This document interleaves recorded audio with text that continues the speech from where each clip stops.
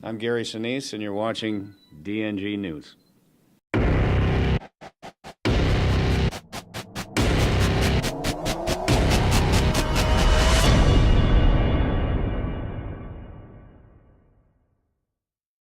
Good day, Delaware National Guard, and welcome to the November 2013 edition of the DNG News.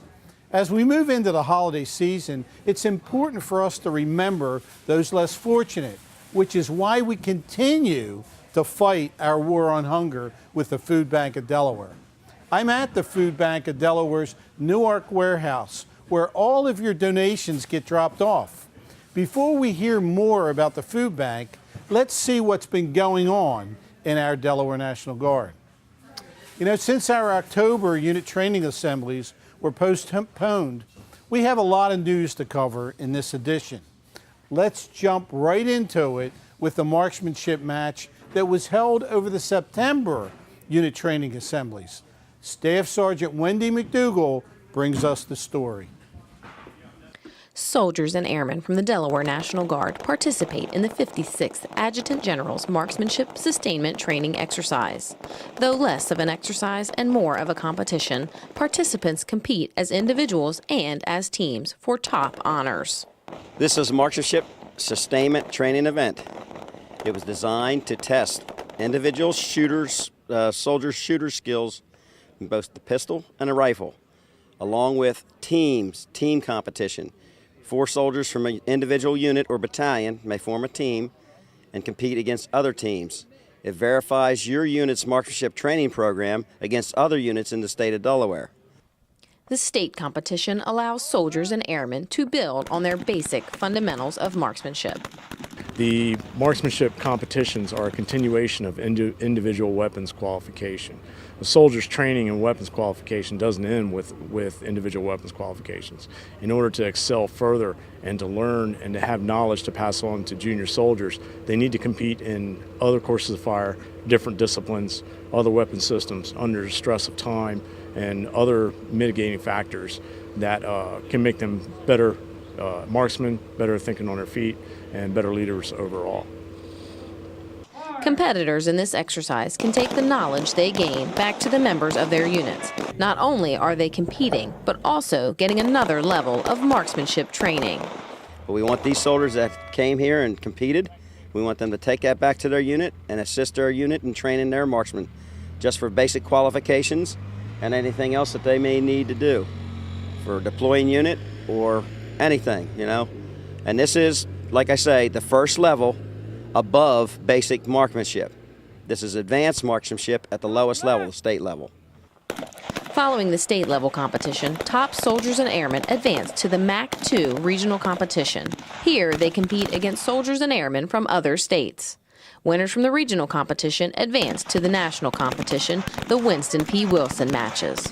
Putting the competitions aside, the opportunity for service members to hone their marksmanship skills is very beneficial.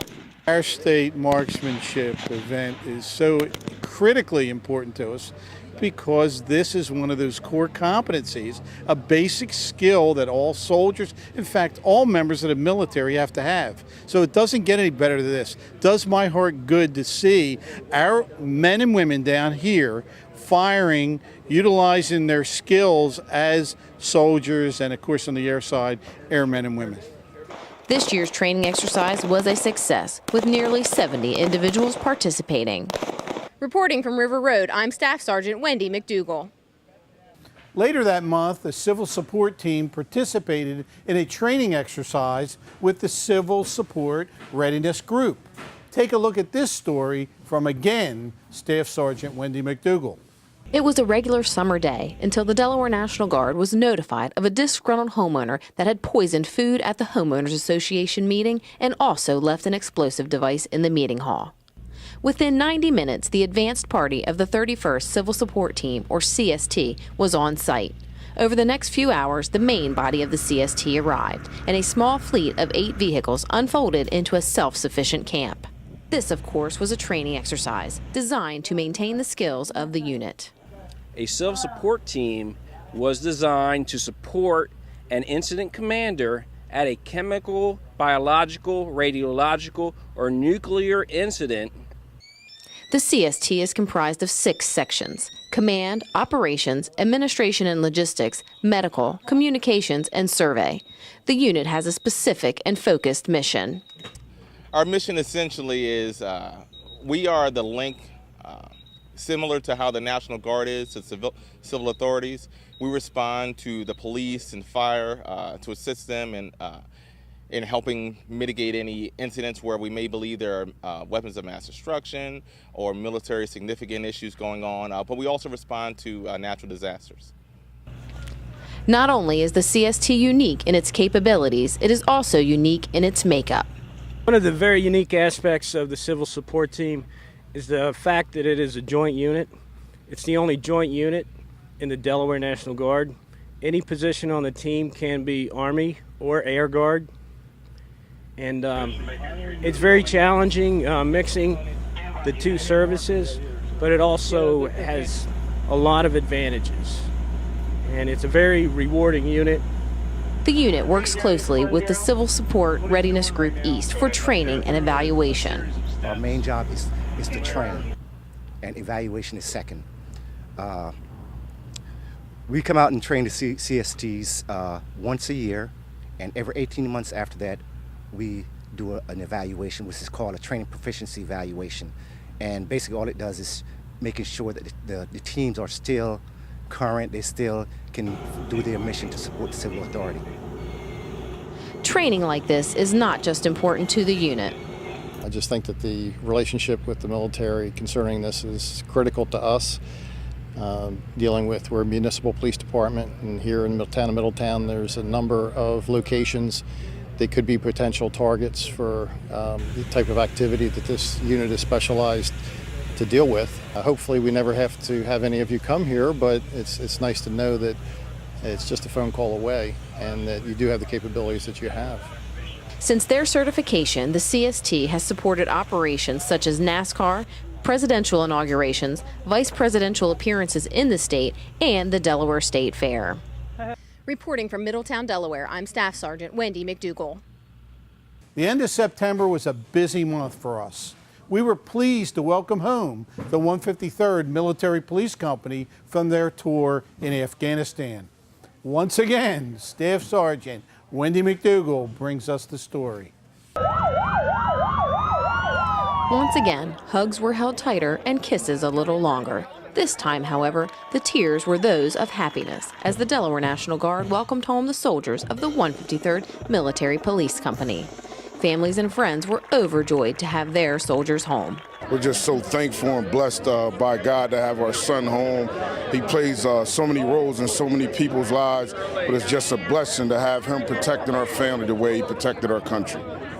While in theater, the mission of the 153rd was to assist and train their Afghan counterparts in security operations. This included setting up roadside checkpoints, securing buildings, and conducting walking patrols. Although the deployment was scheduled for 12 months, it ended after just 9 months. What an exhilarating feeling. It's phenomenal to be able to welcome home our 153rd Military Police Company, all home safely after a very difficult mission. It doesn't get any better than that. I feel like a proud papa that has their sons and daughters return into the family. It's just magnificent. Reporting from Delaware City, I'm Staff Sergeant Wendy McDougall. The very next day, I was joined by members of my senior staff in Dover for the fall NASCAR race. The National Guard Bureau treated soldiers to seats inside the track at their mobile recruiting display, along with a tour of the garage area and a special guest appearance from the Chief of the National Guard Bureau, General Frank Grass. The highlight for those soldiers and airmen that were there was when Dale Earnhardt Jr., driver of the number 88 National Guard Chevrolet, stopped in for a question and answer session.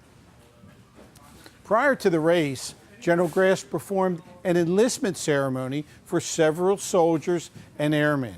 He and I greeted the drivers as they were introduced, and we kicked off the race in Dale Jr.'s pit stall. Before we see what the Air Guard has been up to, take a look at this story from Shirley Min of WHYY-TV, regarding sequestration.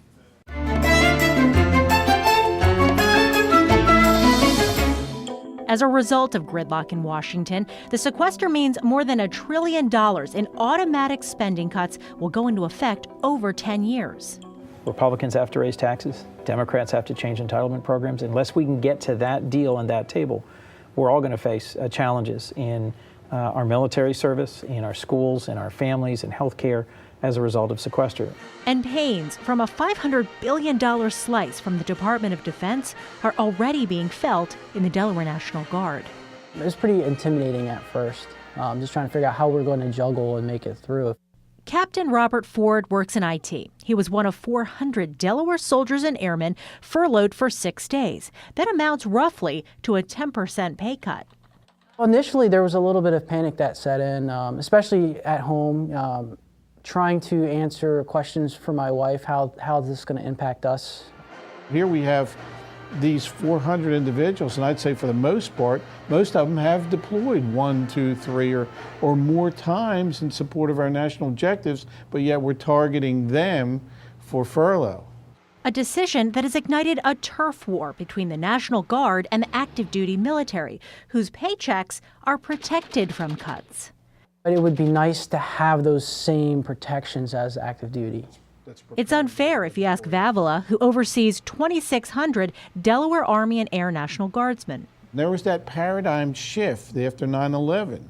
We're no longer the ragtag militia and the weekend warriors of the past. Far from it. 2013 has proven a busy year, with the largest number of Delaware National Guard members deployed overseas since World War II. What it's meant for us is a newfound credibility for the Guard. Since 9/11, us standing shoulder to shoulder with our active component soldiers and airmen. And right now, because of the deployments, we have the best trained, best equipped, best led, and most veteran force that we've ever had. And to be the best, the Guard gets $115 million in federal dollars a year, augmented by $5 million from the state, money that will keep coming in so long as the Guard keeps deploying. But at a time when Congress is trying to save money, why pay to train and deploy part-time Guard members when full-time active duty troops are already on the Fed's payroll? No detriment to the active Army or the active Air Force, but I think over time and attrition, we can bring down that standing Army and that standing Air Force, rotate missions into the Guard and be able to do it cheaper because you're only paying us for overseas service when you need us, not every day. For the cost of one active duty soldier or airman, Vavala says you could pay 3 National Guardsmen to do the same job. I'm very hopeful that Congress is going to see it our way, and we're going to be an operational force, which is going to continue to deploy in support of both our national and our domestic mission. And it doesn't hurt to have Delaware Senator Chris Coons seated as a member of the powerful Senate Appropriations Committee. I think there ought to be another BRAC round, a base realignment and closure round. I think we could save tens of billions of dollars by closing antiquated military bases in the United States that aren't currently needed for our warfighting missions. And I'm confident that Dover Air Force Base would not be affected by a BRAC round. All of which could amount to a tremendous opportunity for the Delaware National Guard and the state. Over at the Air Guard, they were just as busy as our Army Guard. They had a monumental event happen in August, a 5-ship C-130 takeoff. This was a big deal that only happens every few years. A large multiple ship departure like this really tests all the functions of the wing. It takes a great deal of coordination to have 5 C-130s take off and fly at the same time. Maintenance crews must have all aircraft ready to fly. Operations has to ensure that there are aircraft scheduled and ready to fly, and logistics has to load each aircraft and be on the ground to retrieve the payloads. The aircraft flew in formation in New Jersey, where they performed airdrop training. It was a great surge of effort and a successful training mission. In September, the Newcastle Air National Guard base was a flurry of activity as members participated in an ORE, or Operational Readiness Exercise. The aim of the exercise is to prepare the unit for a later inspection that evaluates whether the unit can correctly perform its wartime mission. However, there's a lot of change coming in how the Air Force conducts its inspection of units. So this may be the last time we see this type of exercise. During the ORE, airmen work together as they simulate going to an overseas base as an aerospace expeditionary wing, tasked with running a base in a foreign country that is within striking distance of enemy forces. Every function a wing does is put to the test while in a stressful situation. Command and control elements must react to everything from protesters at the gate to rocket attacks. Airmen in constantly changing levels of protective gear have to do their jobs, from making sure aircraft are up and running to making sure everyone is getting paid or promoted as they should. The exercise went over the course of 4 days, with Air Guardsmen packing in to C-130s and going for a flight into the war zone to building base defenses and establishing work areas away from home. The simulated war was an intense few hours that put everyone's training, teamwork, and stress management to the test. Evaluators watched and graded sections on their performance and will present a report later in the year. The future of Air Force inspections will look and feel differently. But this ORE was a great opportunity to evaluate and learn, and everyone's hard work and dedication is greatly appreciated. And for the first time since the Vietnam War era, our Delaware Air National Guard reached 100% manning. Now actually we're at 102% right now. Here's Staff Sergeant Nathan Bright with more. This is a special, great day, and I know most of you will believe me when I say this, that I woke up this morning with a big smile on my face because today the Delaware National Guard is 100%, there's going to be 100% as soon as we swear in Dominique. Brigadier General Carol Timmons enlisted Dominique DiMatteo in the Delaware Air National Guard's 67th anniversary on September 6th. By being at full strength, it allows us to operate more efficiently and effectively and to support the state, the governor, and the nation and president as they see fit. If they call and they need something, we're not short of anything. And then if somebody can't deploy, if it's a volunteer requirement and their employer needs them, then someone else is ready to step up. It just allows for a greater flexibility. Dominique found the right fit with the 122nd Aeromedical Evacuation Squadron. I never really knew what I wanted to be, and I knew something in the medical field. And as I came here and took a tour and met a bunch of the people, as I met people in the medical, it was the only thing that I was really interested in. That was the first time I found a job that just really seemed like something I would love to do. Colonel Mike Feely put the efforts of the Wings recruiters into perspective. We have 1,107 slots filled, and every one of them has been deemed critical to this country. And that is a huge, huge accomplishment for us to fill every one of those slots. So congratulations on being the 1,107th person. That is truly awesome, and I commend Colonel Mike Feely and his entire team for their laser focus on such an important goal. I also want to congratulate the Army's recruiting and retention efforts as well. Our Delaware Army National Guard also reached 100% end strength this year. Way to go, team. In closing, I'd like to remind everyone of our efforts for the war on hunger. We have a special message from the President and CEO of the Food Bank of Delaware, Miss Patricia Beebe. This war against hunger is just a wonderful event. It's so important this time of year because this time of year everyone thinks about celebrating the holidays, and the way people celebrate the holidays is through food. But this year it's really made even more critical for people because we know that as of the 1st of November, the stimulus money is going to run out. So people that were getting a are going to be seeing about a 7% decrease in their food stamp benefits. Plus, an awful lot of people are still without work, or if they are working, they're working at jobs that aren't paying fringe benefits or are paying lower. The decline of the middle class is definitely something that's driving the need for hunger. It continues to be something that we really feel important about. So this is such a great event. We just can't thank the National Guard enough for this effort and this energy. So a program like this helps us do our backpack program for children, helps us feed senior citizens, helps us with our mobile pantry distributions, helps us get food directly to through all our member agencies. And this is just a tremendous benefit for everything that the Food Bank of Delaware tries to accomplish. If a person is needing assistance, in Delaware we are very fortunate we have a 211.